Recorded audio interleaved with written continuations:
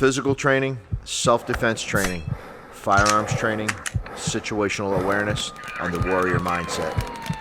Welcome to the Condition 1 podcast. This is a podcast where we'll be talking about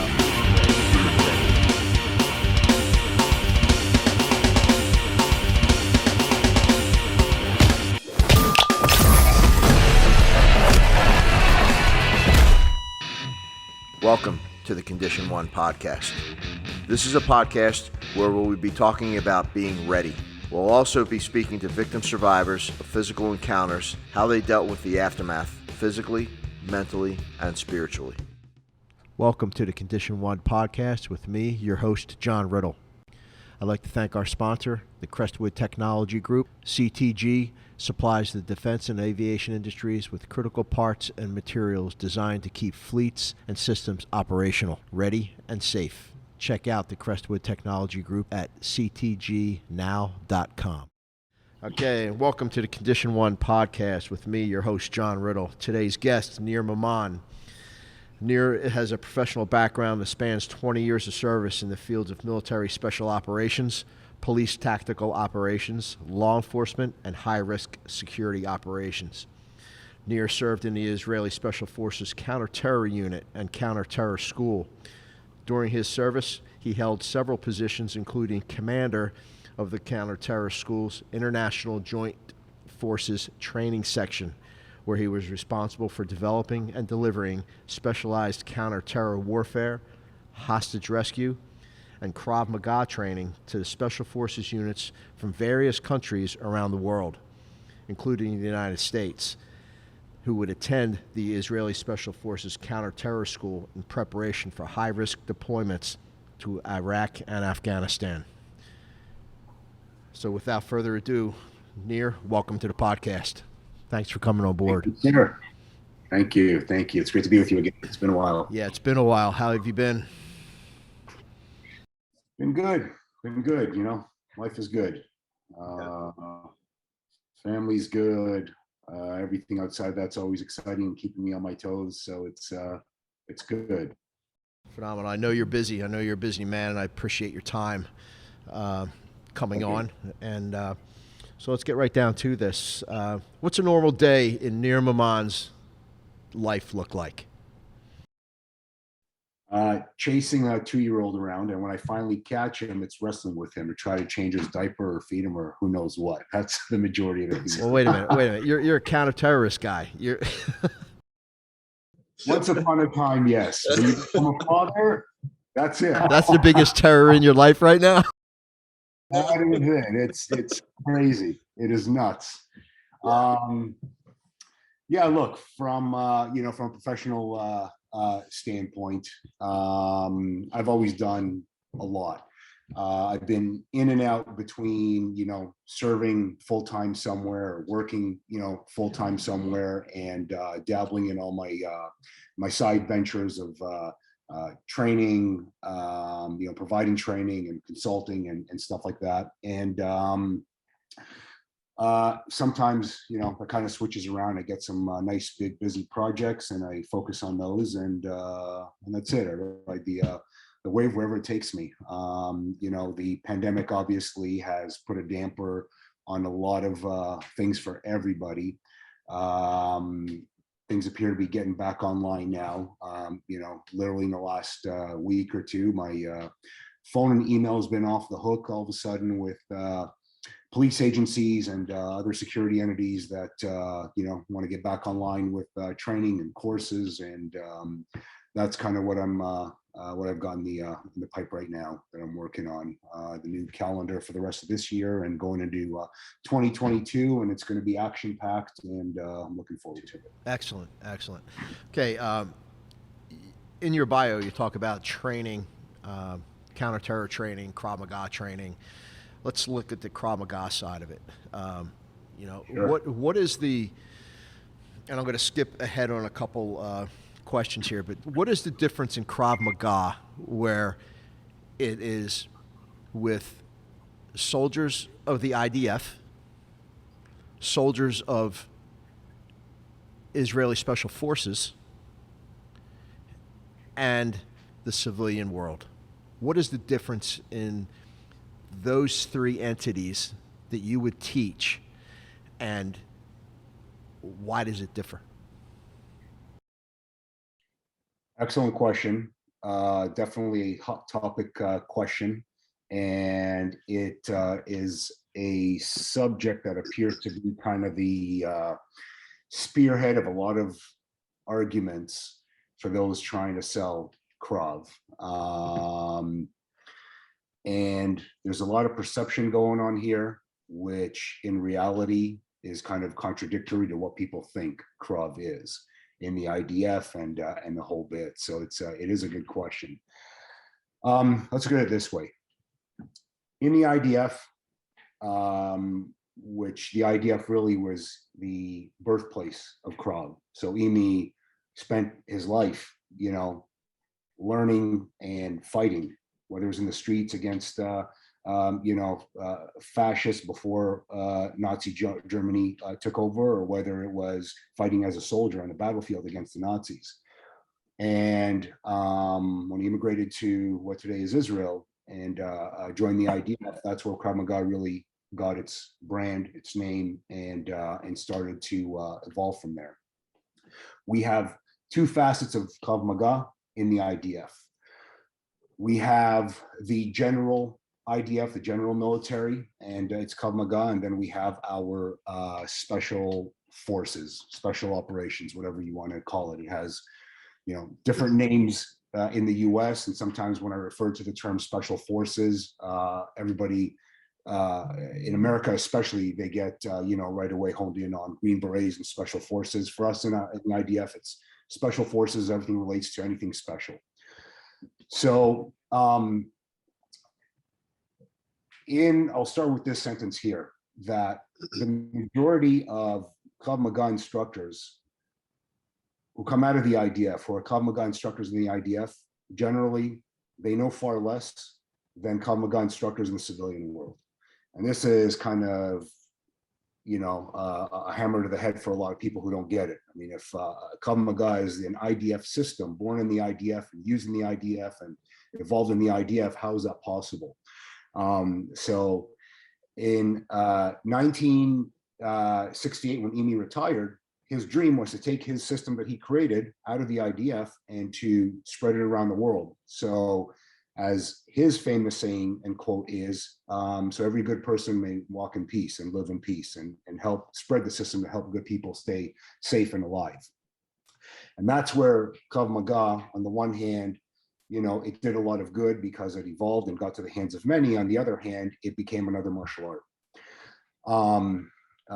Because it was another martial art, and now in a dojo and took on a business model, you need to have belts. You have to have a lot of material. You have to have, a lot to sustain a martial art business at the end of the day. In some cases in the civilian world, Krav Maga, it stays true to its values and its tenets of what it is. In the majority, it has the values of Krav Maga, it has the tenets of Krav Maga, the principles of Krav Maga, but the translation of those principles, they don't really translate into tactics and physicality in a way that is very realistic.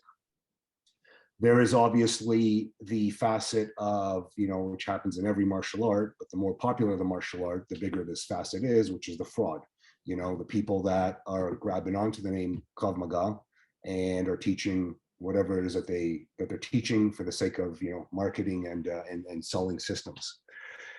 So in the civilian world, you tend to have, in legitimate Krav Maga, you tend to have instructors and organizations that have a much larger encyclopedia and repertoire of knowledge, information, tactics, techniques, whichever way you want to call it, than you will find in the IDF.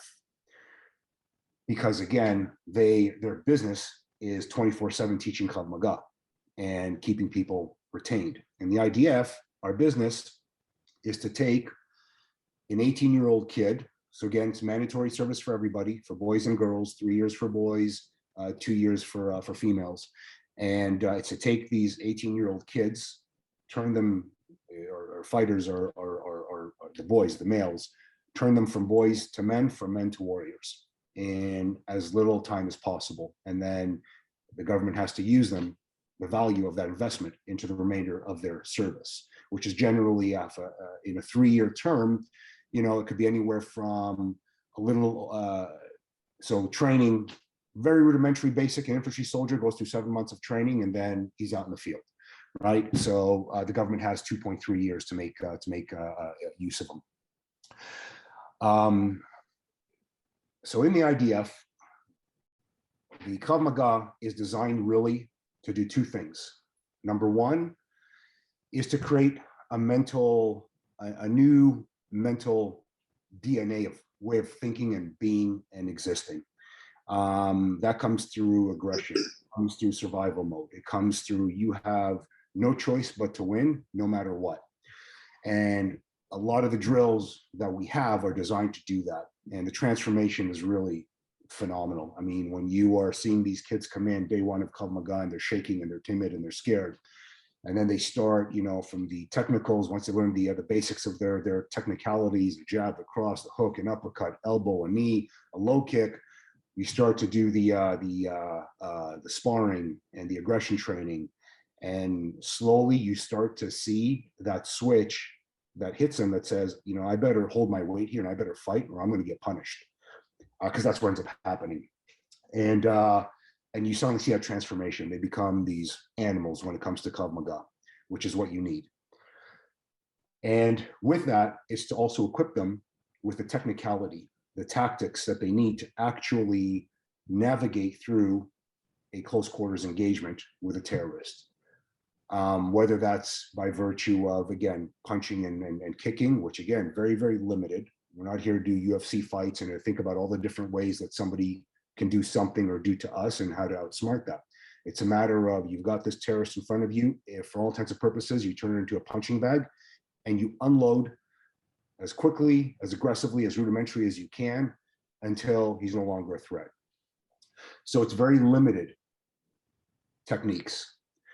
Learning how to use the primary weapon as a cold weapon, as a striking weapon, because that really, in the majority of all of our engagements in uniform, especially in close quarters, that is what ends up happening the most. Because as an Israeli soldier, your primary, companion, roommate, best friend, wife, rabbi, everything is that M4 in your hand.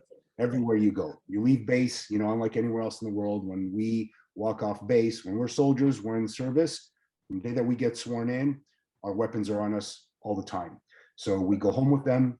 We go to restaurants, to movies, to you name it. I'll tell you how funny it kind of is, right? So very, very quickly, just to deviate for a second, but on that topic, one of my tasks that I had at our counter-terror school, again, was commander of the Joint Forces Training Mission Section.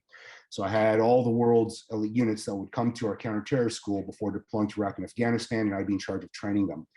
And especially with the US units, most of the units, we'd also want to give them a little taste of welcome to Israel and, take them for tours and stuff. So on the weekend when training is done, we would take them out places.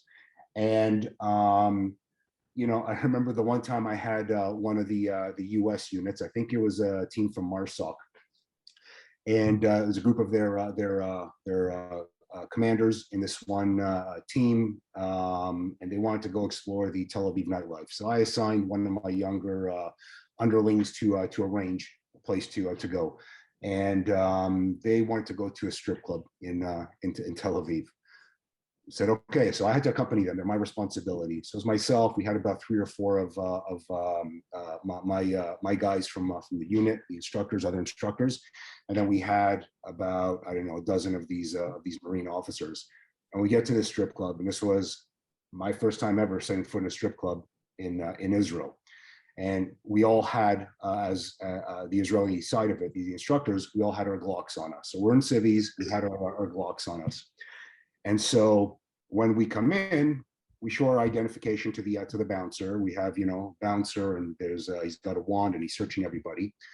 And the protocol, you can't go into a bar, you can't go into a a nightclub, any type of an establishment such as that, armed. In our capacity, though, we have to keep our weapons. So what they had in the strip club, right at the entrance, behind the counter, are gun ports, little like lockers, where we would take our magazines out, unload the weapon, and leave our magazine. Then we get a little identifying key, we get to lock it, and our magazine is safe. So we keep our guns on us, but the ammo is there. So even at a strip club in Israel, there is a protocol in place to help accommodate security. So our gun is our best friend. And that really, in the majority of all encounters and engagements that we have in close quarters, it is always that, usually the M4, that becomes your primary Krav Maga delivery system. So we focus a lot on that. Very little, knife and gun and impact weapon defense. Very little of that, because we are always armed. We're not there to start to get into fights. We don't have the luxury of instituting all the protocols that we institute when we're teaching civilians, for example, which is number one, avoid any confrontation. Something doesn't seem, get out of there. That comes at you with a knife, put obstacles in between you, get out of there. We have a job to do. And so if somebody pulls a knife, we suddenly have to act. If we happen to be even off duty, in Israel somewhere, and a terrorist starts running around stabbing people, we have to act. So we have to be able to, as quickly as possible, revert to the most optimal and effective mechanisms that we have, which is always your firearm, to remedy the situation. So that's what the training looks like. Now, in the regular IDF, combat service, so infantry soldiers predominantly, their Krav Maga training is maybe once or twice throughout their what's termed in the US as their pipeline, their qualification, 3 months of basic training, and then 4 months of advanced infantry training. 7 months, and they're done, they're out in the field. And so during those 7 months, they do normally just about 2 days a week of Krav Maga training, an hour and a half, maybe 2 hours. And again, it's just the basics. Your jab, cross, hook, uppercut, elbow, knee, low kick, maybe a front kick, and a lot of aggression drills. And then that's it for them. They're out in the field, and that's pretty much it. The Krav Maga instructors for the regular IDF, the majority of Krav Maga instructors in the IDF are not Krav Maga people. A lot of them have martial arts background. So they come in at 18 years old to service, and they already have a martial arts background. And because of their martial arts background, they obviously have an inherent interest in Krav Maga, and they want to be instructors. So what happens at that point is, right after your first month of basic training, that's kind of your cutoff. After about a month, everybody who's selected to be what we call a jobnik in Israel, which in America is a POG, non-combat, they're assigned to their duties: kitchen duty, hairdresser, whatever you want. Krav Maga is a jobnik, or a POG position. It's not a combat position. So they have a very low qualification. They go from there to Wingate, the military side of Wingate, Bud Shmona it's called, training base number 8. And they do a month-and-a-half long course to become Krav Maga instructors. They get taught only what they need as per the syllabus of what's required to train the IDF soldiers that they're going to be assigned to. And that is it. Whereas if you take somebody in the civilian world who has been practicing Krav Maga, 10, 15 years, has XYZ degree black belts, that person is probably going to have a lot more of a repertoire of techniques and scenarios. And with that as well, the Krav Maga instructors in the IDF, like I said, when they come in, they get this month-and-a-half of Krav Maga training. And so you yourself, as a very distinguished and experienced martial artist and instructor, you know that if you take somebody who, for all intents and purposes, is, I don't know, I'm just going to say judo or karate, has a karate background, has been training for 10 years, joined the IDF, and now he has, on the one hand, 10 years behind him, and now he gets a month-and-a-half of Krav Maga training. Those 10 years are going to really supersede his instincts and what he does and how he does things. So we'll stick to the books, and our Krav Maga instructors are excellent. The IDF is excellent at developing professional instructors and specialists in what we do. What we do is limited in comparison to the rest of the world because we don't fly around the world to go and fight wars, and our battleground is on our borders, within our borders, just a little bit past the borders, and it's very specific, the type of warfare that we fight. So we develop specialists, and these instructors will be very good at what they do. But you can tell, how do I word this? Many times you can kind of tell that Krav Maga is not their native language, if that makes sense. Okay. And I'll give you an example of that momentarily. Let's go to the special forces for a sec with what we do and how we do things differently.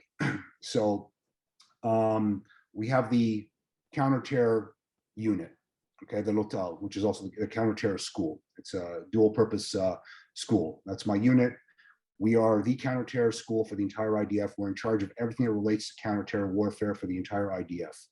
We develop and approve the protocols and the tactics, all the TTPs, the tactics, techniques, and the protocols that are used by all of our units, from the shooting to the CQB to the, all the methodologies ranging from hostage rescue to active shooter to you name it, and also for Krav Maga with what we do.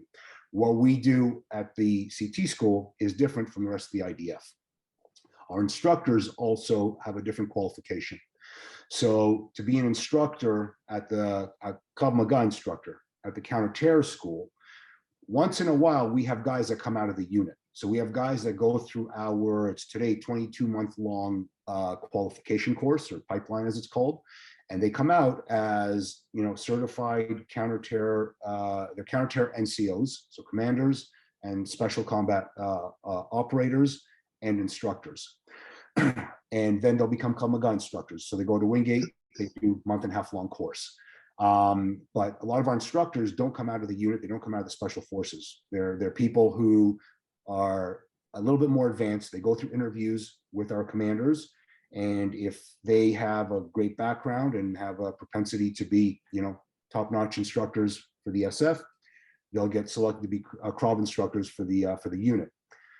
They have to do two things that's different than the regular Krav instructors. So the one thing that's the same, they then go to Wingate, they do the month-and-a-half-long course that's required as per the IDF, and then they have to go through one of our counter-terror qualification courses.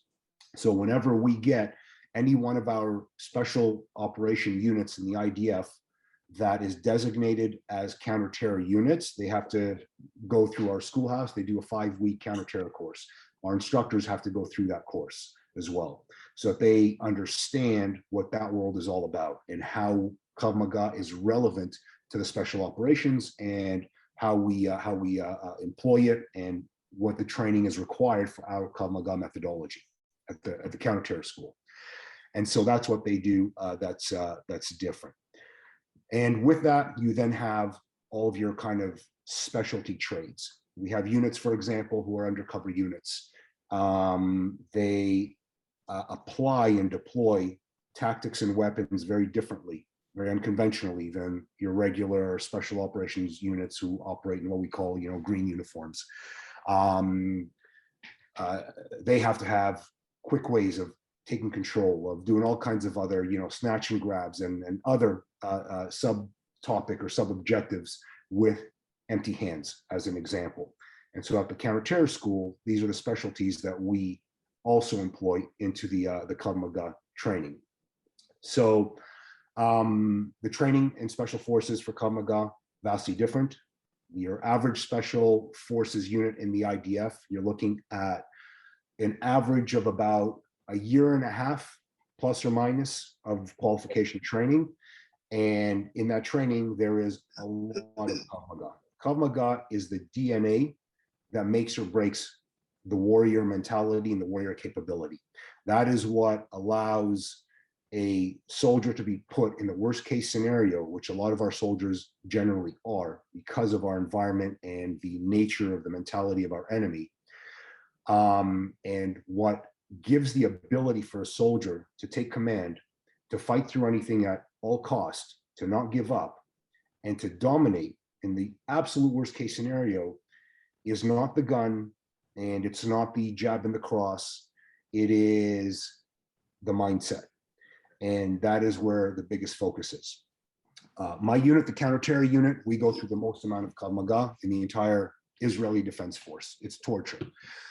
It's part of what makes our course very, very difficult as well. Our Krav Maga training is every single day. So our training, when I was in, it was 18 months. Today, they've added another command course to it, and it's 22 months. But over the course of our 18 months, every single day, between 2 to 6 hours per day of Krav Maga. 45-minute, torture of a warm-up, work of about maybe an hour of technical stuff, and then nonstop aggression drills and all kinds of, pardon my language, but mind fuck drills and stuff like that. Yeah. And because of this, the unique thing with us is that when we graduate, our guys can go to Wingate, and instead of doing a month-and-a-half long Krav Maga instructor course to get certified, we just have to do the last 4 days of the testing phase, and we get certified because we cover more Krav Maga than anybody else in the IDF. So in a nutshell, that's, hope I've explained it, clearly and to the purpose of your question. That's kind of the differences. Absolutely. And you mentioned mindset. When you're a brand new kid, brand new soldier in the IDF, how do they get taught mindset, survival mindset? Because like you said, you're not, you guys aren't, you've got your own issues going on right there at home, and you're out every day carrying a firearm. So the mindset of these young kids it's got to be cemented in. So how do you get somebody that has no clue up to speed mindset wise? 100%. So I think on the one hand, we have a little bit of an advantage in Israel, because in Israel, since the beginning of time, the military is what kept us alive, and everybody serves in the IDF. Your grandparents, your parents, your kids, your cousins, your aunts, your uncles, everybody has served, is serving, or is going to serve. So we all kind of begin with that indoctrination. I remember, as a kid, I was born in Israel. I was about 5 when we left, but for my first couple of years of life, my father was still in the IDF. And I remember on the weekends when he would be home, he'd come in with the military Jeep, and he would have his Uzi and put it up against the wall in his room. It was just sitting there, magazine still in,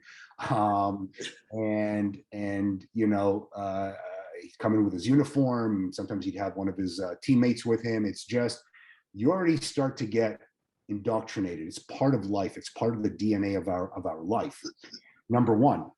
Number two is, when you are a country when you're a people who 4,000 years ago showed up with, a target on you, and then even in modern time, it's the beginning of Israel's life, we are always under attack one way or another, right? Our famous motto in Israel is that we are a country in a constant state of conflict, interrupted by moments of war. And we've averaged major wars about every decade.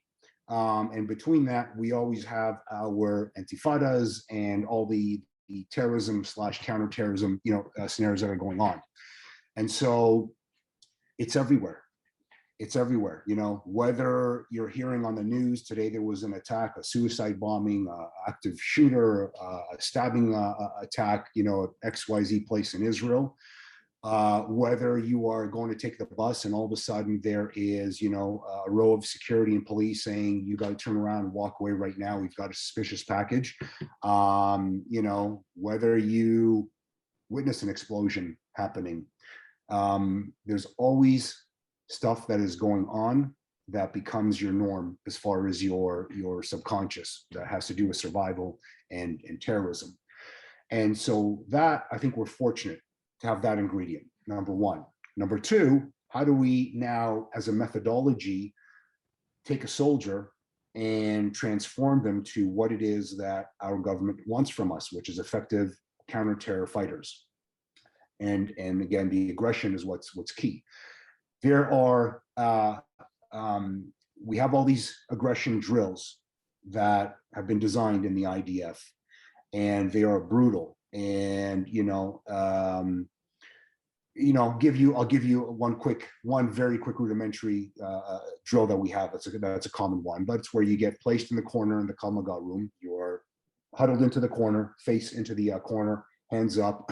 You have your standard protective gear on, which is a headgear, groin protector, big upper body, chest, and you got your punching gloves.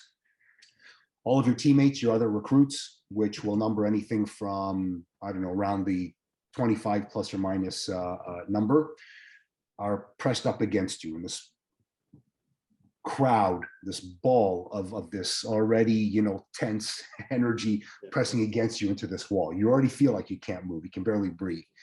And the mission that you get is you got to bust out of there. And then from there, you'll get some kind of a secondary task, whether it's to go and spar an instructor, whether it's to run to a punching bag and work nonstop for several minutes, whatever the case is. But your goal is going to be to get the hell out of there. And it is going to be, you're going to be assigned this goal without any ability to cheat the way that you would in real life. You're not allowed to strike. You're not allowed to jump over. You're not allowed to crawl underneath. You can't try to outsmart it. You have to use your sheer rabak, is what we call it in Hebrew, okay, which is just your crazy everything that you have. It doesn't make a difference. You get through that wall. And when you get the goal, you turn around. First, you try to turn around. It's very difficult. You got 20 people, pressing up against you.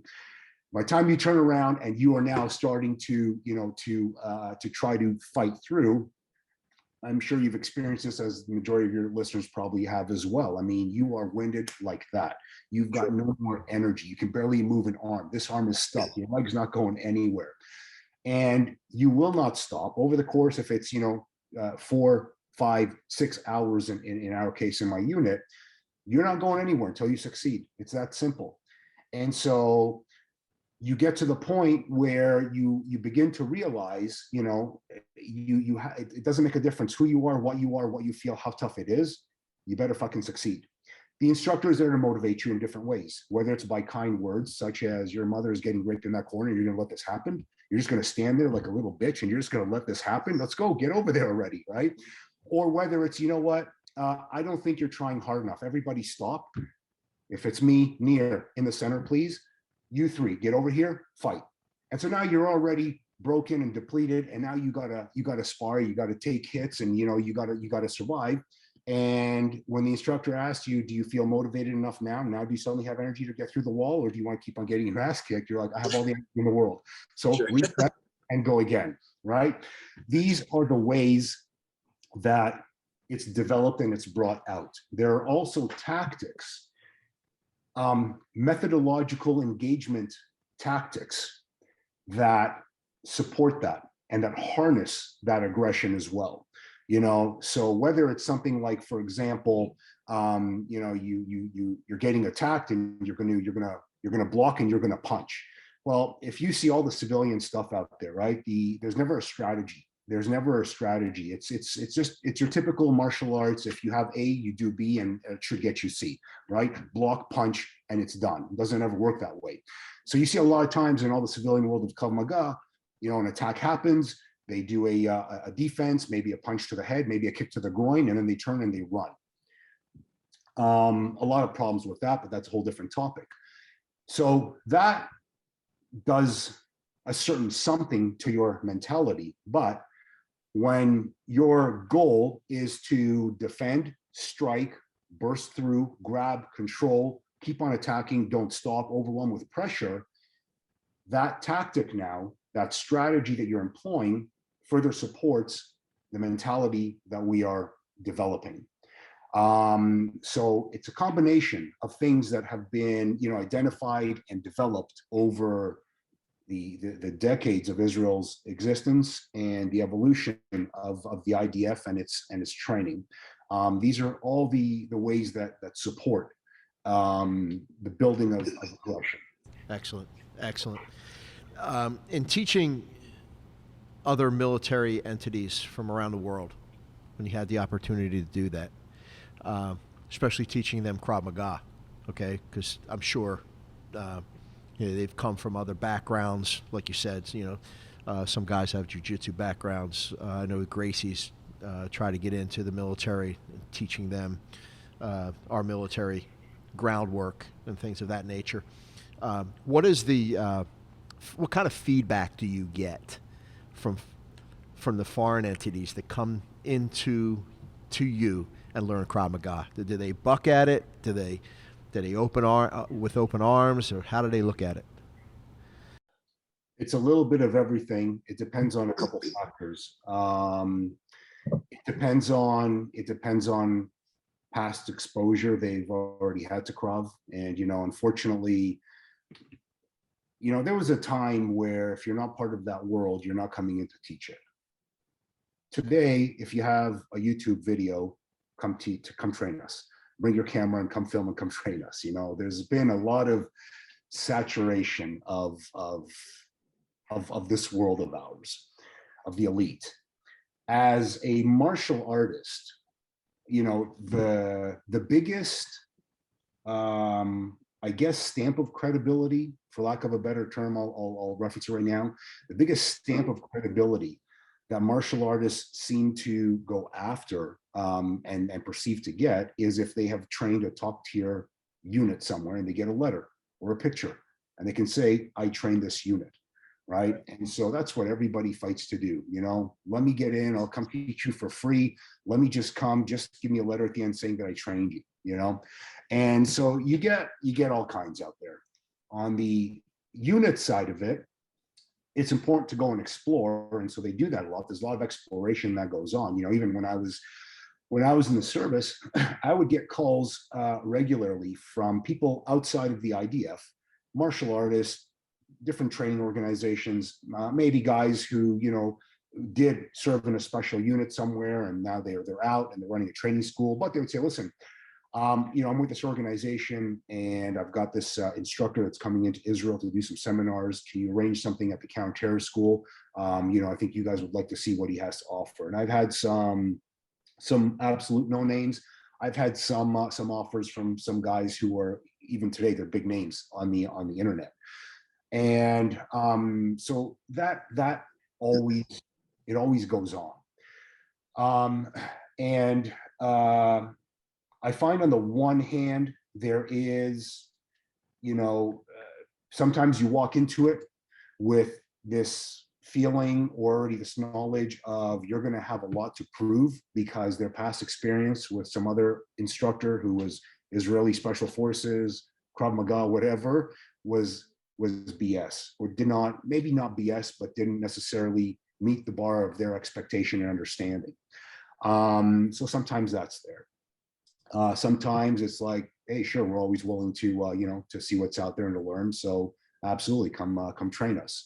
So you get a little bit of all these worlds out there. All right. So being that Krav Maga it's a battle-tested, battle-proven self-defense, Israeli self-defense system, so to speak, right? Sure. What makes it stand out on the law enforcement side, from my world of police defensive tactics and your world of police defensive tactics? Yes. Traditional martial arts. We both have a traditional martial arts background. And even today, you hear a lot about combatives, right? Or gutter fighting. What makes Krav Maga stand out above those? The short answer, Krav Maga is the most modern of all systems out there. Krav Maga, every martial art was developed for battlefield purposes. Karate and a lot of all these systems out there, they were. The difference is many of them come from the battlefield of 2,000, 3,000 years ago, which a lot of what they deal with is no longer relevant today. Krav Maga came from this era, from today, and had to do with today's modern threats all over the world and the evolution of these threats. So that's number one. It has a lot more relevance in certain respects. Krav Maga proper and it's in its original objective and its deployment in the IDF is designed not for the betterment of become a great martial artist and build this nice big repertoire of what have you. It's a matter of, these are the most effective tools that you have. Here are the principles you stick to, apply them in every situation, and that's it. Repeat that process whenever you need to. So it really has been simplified to, I don't like to call it, a scientific approach. I think that's a very wrong term to use in what we do. But a very simplistic approach that is the most congruent with realities. Now, does Krav Maga offer 100% solution to everything? No, no system does. Every system out there lacks something, some more than others, and most of the systems out there greatly benefit from one another as well. So you definitely don't have one system out there that addresses everything, and that does include Krav Maga as well. But when you put them all, in a race with each other, Krav Maga is one of maybe less than a handful of systems that tend to be more modern and more congruent with the majority of the variables that you encounter in real life conflict. Krav Maga, what I will give it, for example, we talk about things related to firearms. It is the most effective out of all the other systems out there, plain and simple. It does actually address the firearm threat in congruency with the life and the variables that the firearm and the attacker holding the firearm brings into the conflict, not the other way around, which the majority of these martial arts systems out there are, which is, here's a technique, I will apply it to this attack and it will work, and we go based on the technique. It doesn't work that way. Everything has to be reverse engineered. What is the attack? Who is the attacker? What will the attacker do when I prevent the attack? What is the reaction? Krav Maga addresses a lot of that. Yes. Many systems don't. Again, under the umbrella of law enforcement, and you and I both being in law enforcement, I know that we know a lot of all the systems that have been out there. It's we've seen the evolutions.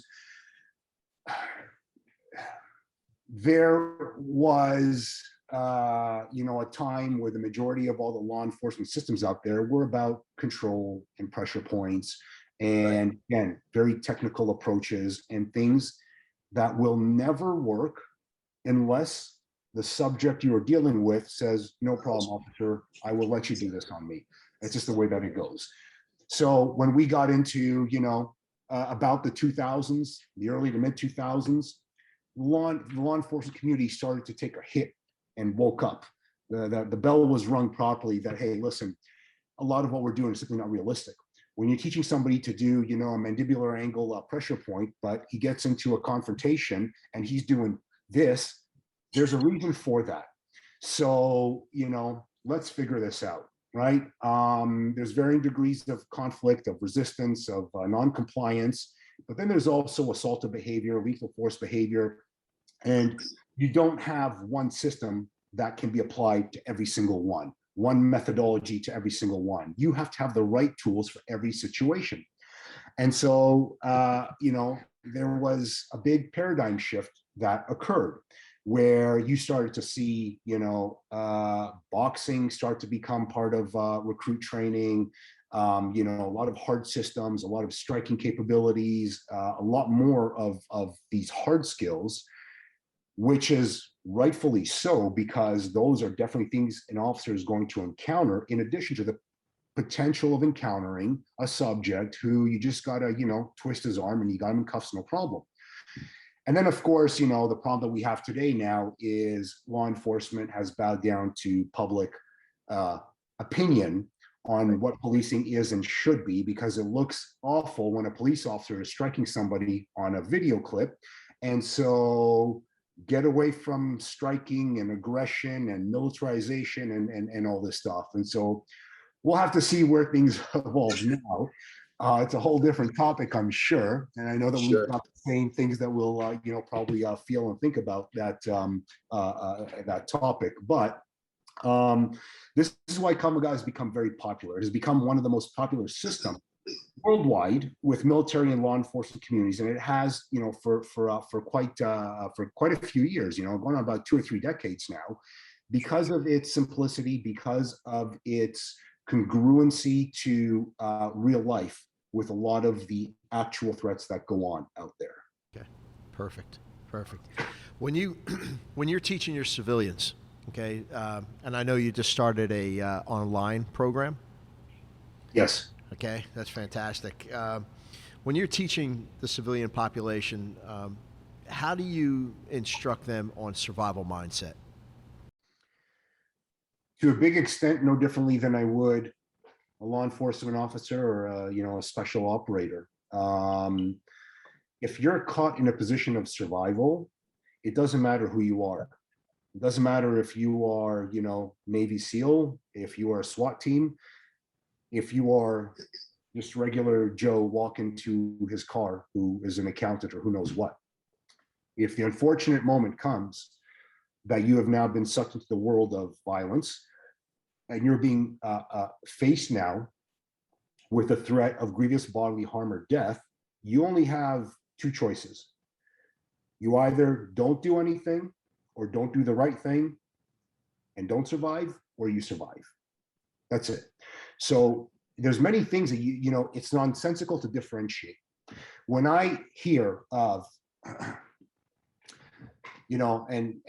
so part of my task as well, I was a Krav instructor in our unit at the schoolhouse, and I developed a very specialized program for these special units. We had units that would come to us for a few short weeks, and from our schoolhouse in Israel, they would go right to Iraq or Afghanistan for operations. And I have things that I've developed for them, very, very specifically to help kind of supercharge and develop different things that they need for their specific objectives. But even at that, when I hear and I see marketing out there of, this system is reserved only for law enforcement, reserved only for, special military units, there's a lot of BS when it comes to that. Because again, when you're engaged in a confrontation with another human who is there to harm you, to kill you, to do who knows what, the core variables are identical. It doesn't matter who you are. Right. When we are talking about law enforcement only, well, sure, we have to get a subject into handcuffs. We have some other things that kind of, have to do with the language of law enforcement, but the fight is going to be the fight. Nothing is going to change. Conversely, as a law enforcement officer, we have to constantly ask ourselves, am I doing too much right now? Am I, taking into account the best interest and well-being of the subject who's trying to take my head off my shoulders while I'm trying to survive? How do I de-escalate? How do I control? How do I back up? How do I communicate? There's a lot more, 2 different paradigms in one place that an officer has to exercise. As a military special operator, for example, if you're caught in a predicament of close quarters and having to use your hands for whatever reason, generally there's far less to contend with. There's far less variables and things. The rules of engagement for the military are far more inclusive and easier than those of a law enforcement officer. Sure. For a civilian, you probably have, you don't have a backup of 10 other guys with M4s to back you up. That's the downside of it all. But you also don't get scrutinized the way that a law enforcement officer would, for example, for the force that you use, because you're not a professional, you're not accountable to an oath. And so you get a little bit more leniency with why you did what you did, as long as it makes sense under the premise of the law. So when it comes to mindset for my civilian students, it's very simple. It's, one of the reasons why I teach is because I cannot stand to see good people get victimized out there. I can't stand the notion of, a guy who's got a wife and kids and is walking down the street and all of a sudden, gets approached by scum who wants to harm his wife and his kids and take him away from his family. And it is survival at all costs. There's no reason for a civilian to not know what a law enforcement officer knows or what a special operator knows when it comes to close quarters engagement, whether it's empty hands or whether it's with a weapon, because again, strip everything away. It doesn't matter the uniform or the sandals and the pair of jeans. Right there in that moment, you're a human who has to survive, and the variables are the exact same. And the threat doesn't care, doesn't make a distinction. As far as he's concerned, soldier, police, civilian, I have an objective, I'm carrying it out. Right. So there's no difference with how I teach my civilians. There might be differences in some techniques because of the potential end result that they might lead to, or strategy, which again, as a civilian, avoid everything at all costs. Do not get into a fight, because you're opening up a can worm of these days that you don't want to get into. You might not be good enough, as good as you thought you were. You might not be lucky enough that day. And if you survive that fight, you might now have a fight for 2 to 5 years, fighting for your reputation and to not go to prison. So we start with all of that. Avoid, get out of there, do what you have to do. But if you cannot go anywhere, you fight at all costs. And I give them the same tools that I would a special operator to do so. Okay, glad to hear that, because I'm on the same page with you on that. And we always talk to my students about, look, if you can, avoid, okay, because there's 3 different fights you're going to have to fight. One is the physical one. The second one is the courthouse, okay, if it goes there, right? And the third one is the psychological fight. And Exactly. And for you to win, you have to win all 3 of those, to come out whole. So Yes. I'm glad to hear you say that, because Yes. I've been talking about that a lot with my students. Right. With Krav Maga instructors coming on board these days. You got a lot of them coming on board, right? Whether they're initially trained by higher end Krav Maga instructors, or they're just watching videotapes or whatever. The instructors, in your opinion, should they be well versed in firearms also? If you're teaching anything that relates to firearms, then you have to. It makes no sense not to. So if you are teaching anything in terms of application of the firearm, yes. If you're teaching anything related to defending against the firearm, you have to be. You can't be effective at talking about or trying to mitigate or negotiate a variable that you have no full contextual knowledge of what that variable brings to the table. So 100%. If we talk about just the martial arts side, not the firearm side of it, but you're going to disarm potentially a person with a firearm. You have all the technical things that you got to know about the firearm so that your disarm is congruent to what your objective is.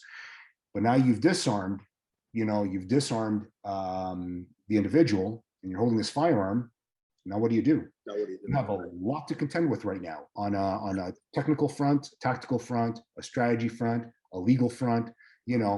So 100%. You get the automatic Krav reaction, disarm, tap and rack.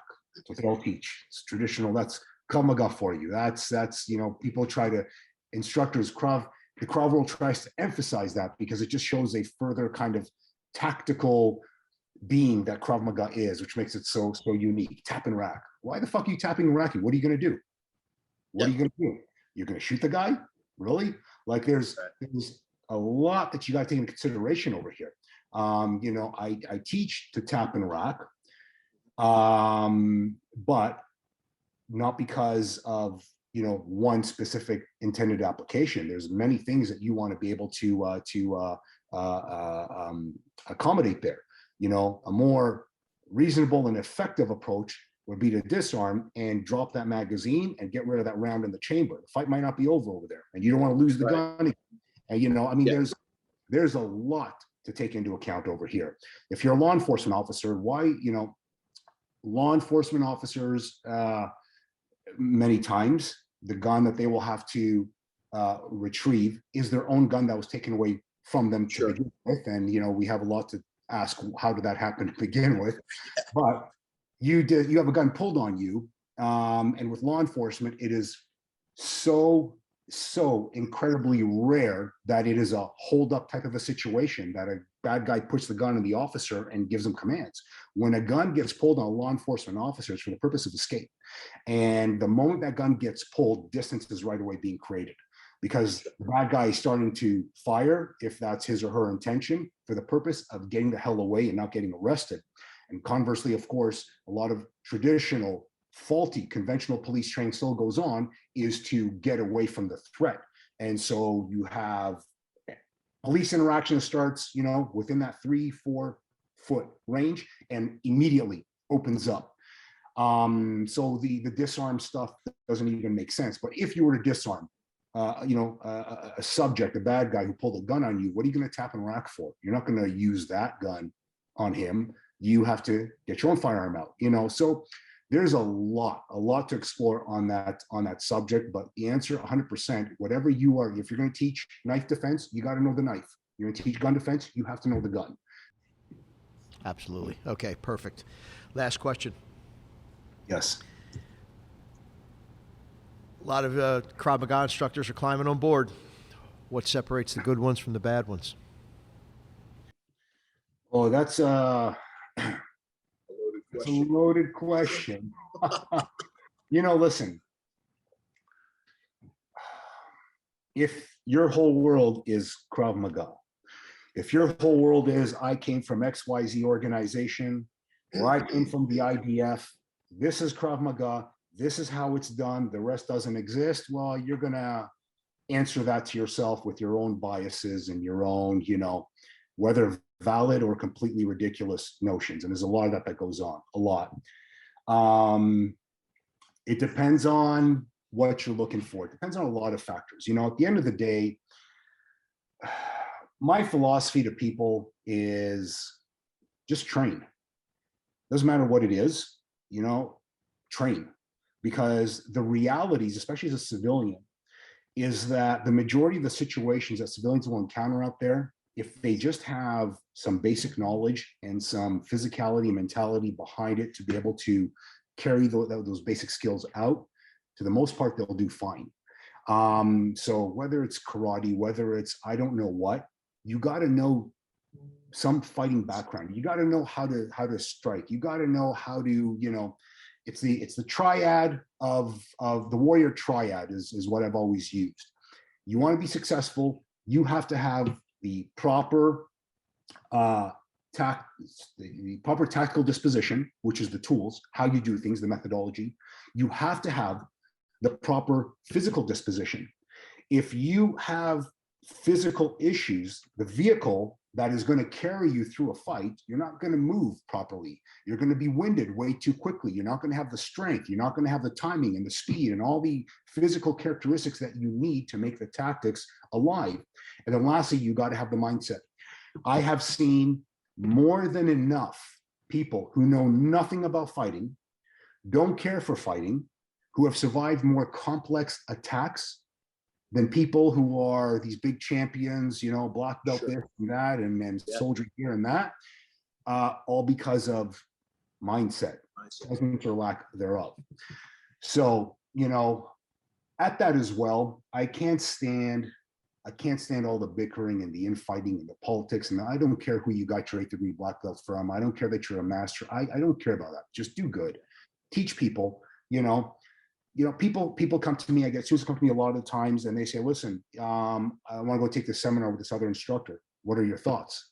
Go. What are you asking me, first of all? Second of all, go. You got to go train with everybody.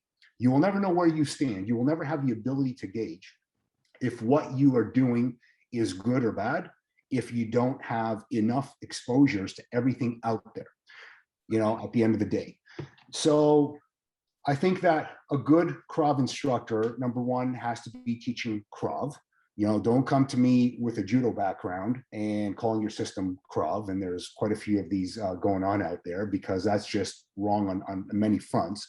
A good Krav instructor has to actually know Krav Maga, a valid lineage or foundation of Krav, and has to be open-minded and making sure that you are teaching your students what the objective is. If you're telling them that you are going to help them survive real life, then make sure that you yourself know what real life is about, that you yourself have enough of a background and enough of a varying background, not just, Krav and that's it, to be able to truly give your students what it is that they are looking for. It's probably the best way that I can give my opinion on it. Excellent. All right. Okay. If people want to get together with you and train with you, whether it be in person, online, however, how can we reach out to you? Through my website, www.ct707.com. Perfect. All right. Nir Maman, it's been a long time. It has, brother. Hopefully we get to meet and train together again soon. I definitely want to. I'll be reaching out to you, man. Definitely. All right. I'm looking forward to it. All right, buddy. Thank you for coming on, and have a great day.